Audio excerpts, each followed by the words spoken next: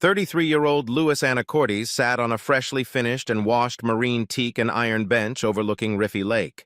In happier times, during countless visits here, he and his family had sailed on the lake. He studied the freshly polished brass plaque on the bench. Donated by the Edmonds family of Mossy Rock in memory of our beloved grandfather, Kennewick Edmonds. This bench is for all to enjoy, so they can enjoy the beauty of the area he loved so much. Louis, as a native of these parts, upon reading the inscription, laughed short, sharp, and bitterly.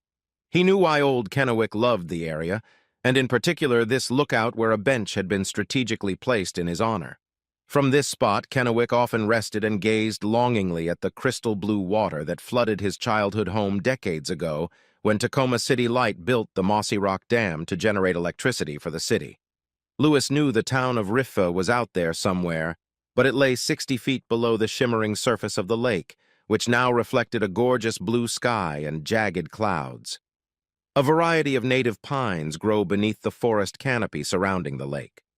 Some of the western whites and ponderosas towered more than 36 feet into the sky. As a child, Louis had always dreamed of climbing to the top of one of them to see if he could touch the vast sky. He had a cherished memory of his late father. Once, when he was a young boy, he and his father had lain on their backs on the shore of a lake and rested.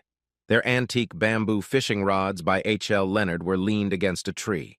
Those were tuned to the salmon that thrived in these waters. They gazed skyward, admiring nature's amazing work, and at the same time rested. He told his father about his desire to climb to the top of one of the pine trees.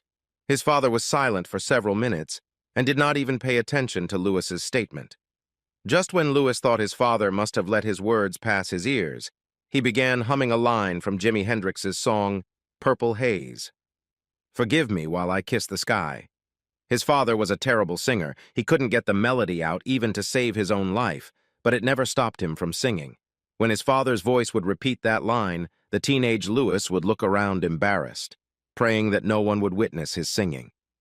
In adulthood, however, the incident is pleasantly and indelibly etched in his memory. Louis lost both of his parents to cancer when he was very young.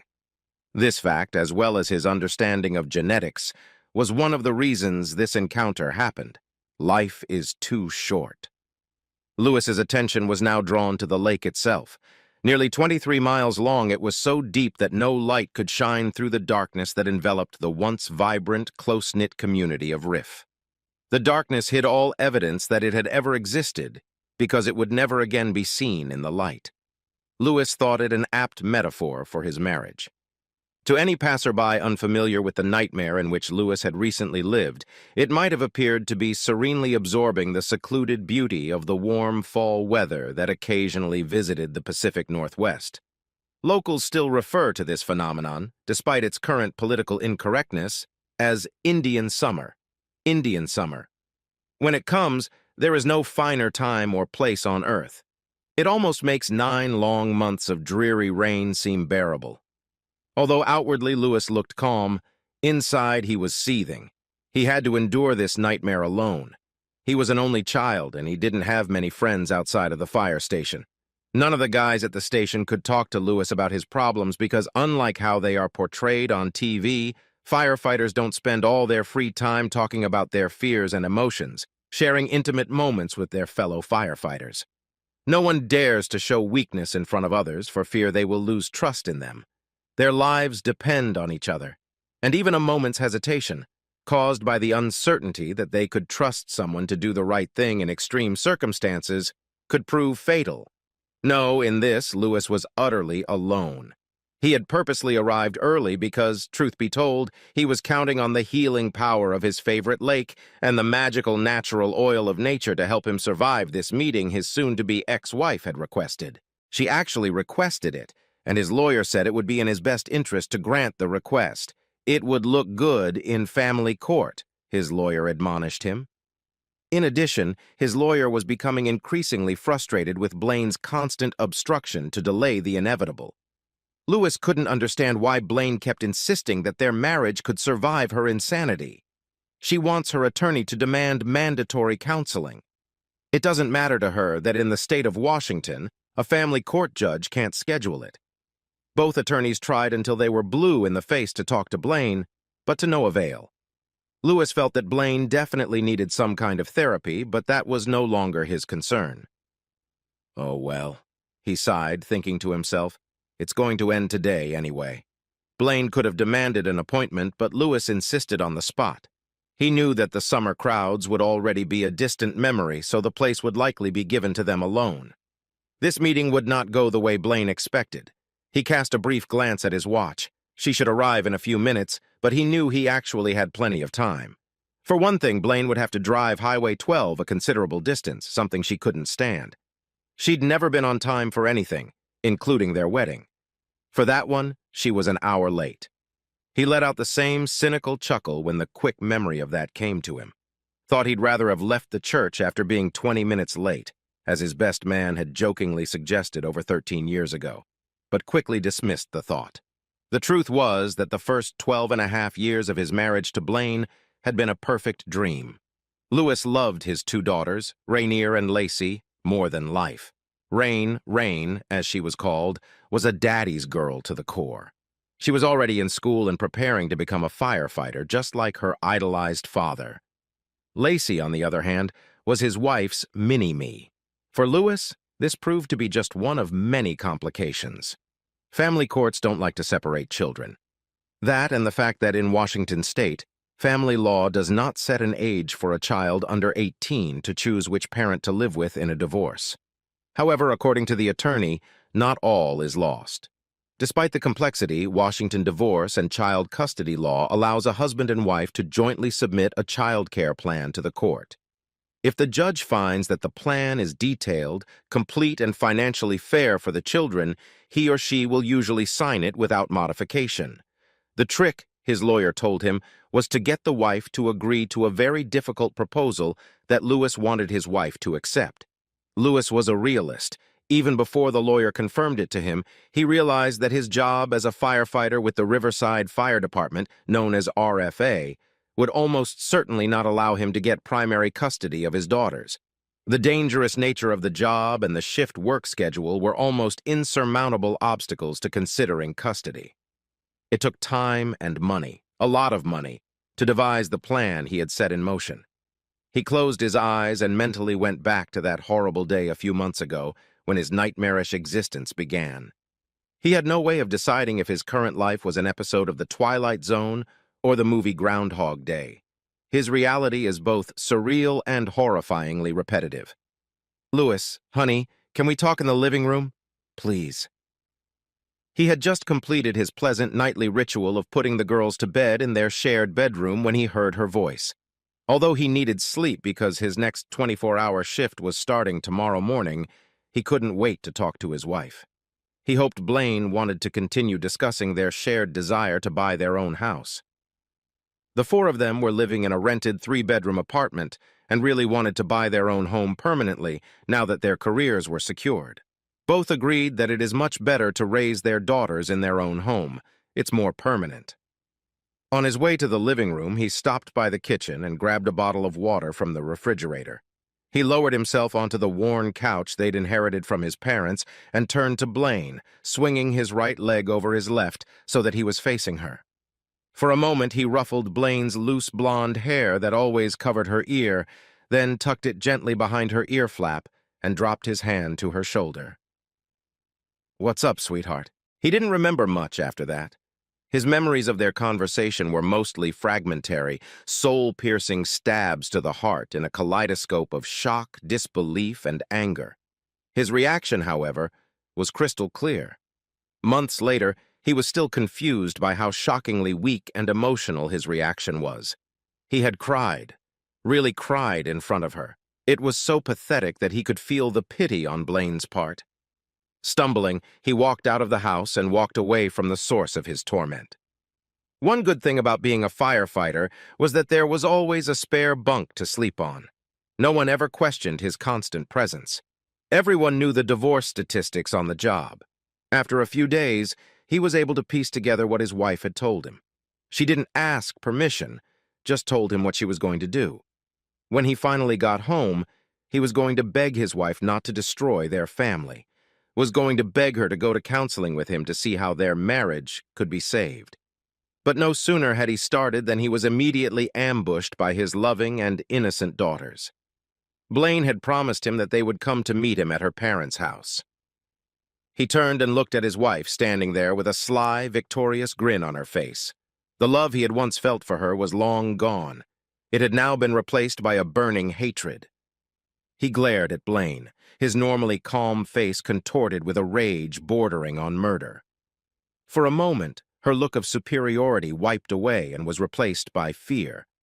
But it was at that very moment that his girls began to attack him. In their blissful ignorance, they begged for an explanation as to why he was abandoning them. He had to literally pull himself out of Rain and Lacey's desperate embrace as they begged, screamed, and cried. Rain had the hardest time. "Daddy, how can I be a firefighter without you?" He knew that scene would play over and over in his head until the day he died, regardless of the outcome. Lewis, however, knew that the alternative for his ladies would be worse in the long run. In the end, he was grateful to Blaine. In an instant, he had gone from a weak victim to a man whose path was clear. In an instant, Lewis mentally thanked her. He had regained his dignity and taken the first step toward recovery. Today, he thanked her. "I know it's hard for you girls, and I hope one day you'll understand me. It's just that your mom and I are estranged. We want different things out of life. But I promise you that I will never leave you. I'll see you often and love you forever." He never once looked back at Blaine. When finally freed from the clutches of his girls, he walked purposefully out of his apartment for the last time. From that day forward, Lewis hadn't said a word to his soon-to-be ex-wife, wisely left it to his attorney to speak for himself. Lewis didn't know if he had dozed off or if he was so engrossed in his memories that he had lost track of time. "Hello, Lewis. Thank you for meeting me. Our daughters miss you very much." Her voice, which had once been a reassuring and caring greeting to him, scratched his mind like fingernails on an old chalkboard. He shook his head to clear his thoughts. It was showtime. "Doing this is what my lawyer Blaine told me to do. In a perfect world, I'd never have to look at your ugly face again." He didn't even look in her direction, stared straight at the lake, searching for strength in its quiet familiarity. He heard her shocked. Ah, yes, she'd thought this session would go differently. Lewis smiled involuntarily and looked at her. "I know this is on you, Blaine, but I have to tell you something before you start. This is the last conversation you and I will have on this subject. If you repeat one of those ridiculous reasons you've repeated ad nauseum, that this is supposed to make our marriage stronger, if you tell me one more time how much you love me, if you tell me that it's just my fragile male ego standing in the way, if you even hint that I'm to blame for the breakup of our family, I will get up and walk out of here. At this point, you disgust me so much that I'm physically sickened by your mere presence. Lewis, I don't know." Lewis was sure that Blaine was preparing to repeat his nauseating "but I love you both" speech, and raised his hand to her face. "Let me save you the trouble, Blaine. See this?" He pointed to a large, ubiquitous manila envelope on the bench seat. "Those are the divorce papers that will end our marriage. When you leave here in a few minutes, take them with you. You'll sign them after your attorney has reviewed them. You will return them to my attorney's office within 36 hours.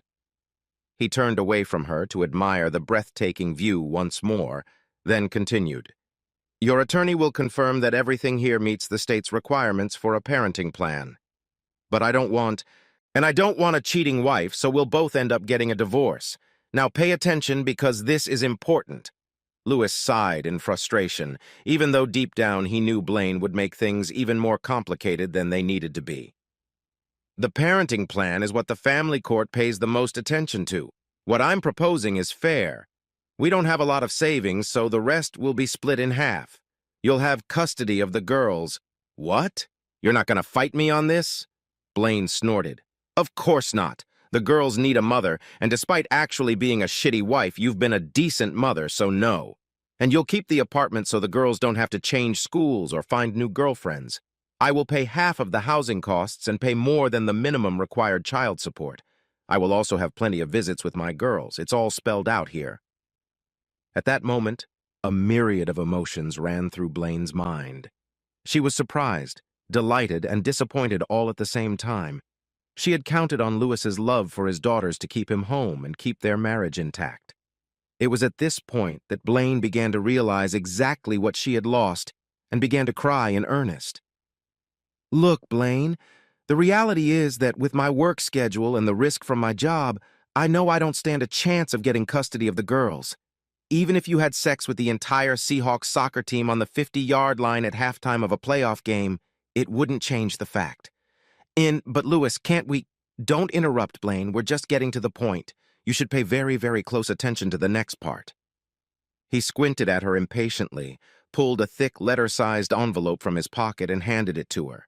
She opened it and began to look through the contents. "As I said, if the divorce papers are not signed and on my attorney's desk exactly as written within 36 hours, everyone in your family, your co-workers, your manager, and everyone else you have ever known will receive a copy of what is inside. This is your copy. It's a detailed account in vivid colors of what you did to end your marriage. And more importantly, a record of what you demanded I accept as part of continuing my marriage to you. It got expensive, but it was worth every penny Louis spent to get the investigators' report. I will also make sure that my daughters know exactly how and why their family was destroyed." Blaine was clearly shocked by what she saw. She couldn't imagine that this was the truth. No, it had to be a lie. Her lover couldn't be that kind of man. Louis was lying.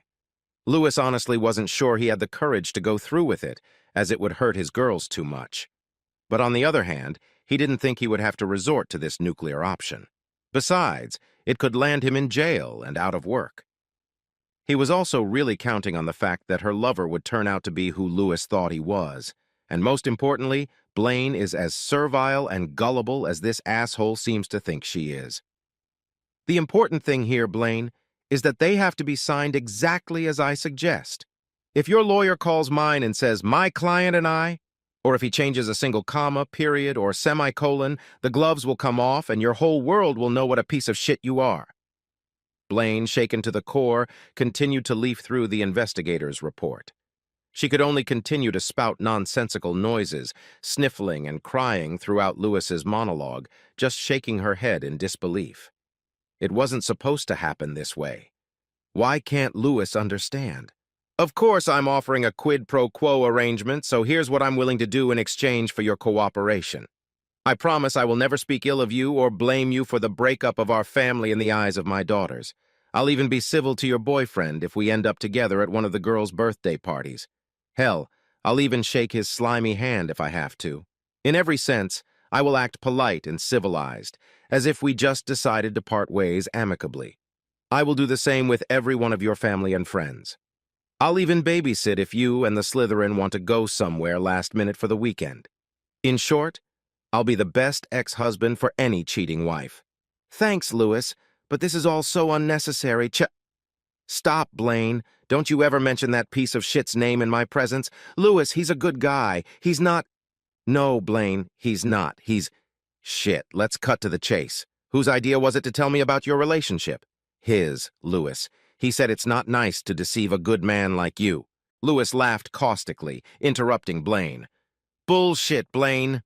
He did it to guarantee he'd get exactly the same reaction from me as you did. Has he already asked when he can move in with you?" Her eyes opened wide at the same time as her mouth. Louis thought she looked exactly like one of her favorite emojis she liked to use. Blaine was silent.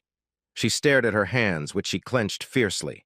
Her posture was so stiff and fragile that it looked as if she was afraid the slightest movement would make her turn into a pillar of dust. "That's what I thought, Blaine. It's all in the report you're holding in your hands." Louis jabbed his fingers at the papers in her hands. "You're not his first, and you won't be his last. His record is here. He's not like that. He really loves me." She spoke so quietly that Louis had to strain to hear her pathetic words. It brought an understanding smile to his face. He exhaled slowly, and a peaceful calm descended on him, as if another breeze from his favorite lake had washed over his face. It was almost over. He knew he had chosen the right path. He knew there were risks, but he had everything under control now. He was confident that everything would fall into place the way he wanted it to. His voice softened considerably. "Look at me, Blaine. We're almost done here. It's important that you pay close attention." She raised her eyes to his. Her tear-drenched face was a mask of confusion, ruined mascara, and fear. Her perfect world had been shattered. When she finally looked into Lewis's eyes, she saw a stone, menacing face with eyes black as night, boring into her. "Take care of my girls, Blaine." "They're our girls, Lewis," she protested weakly.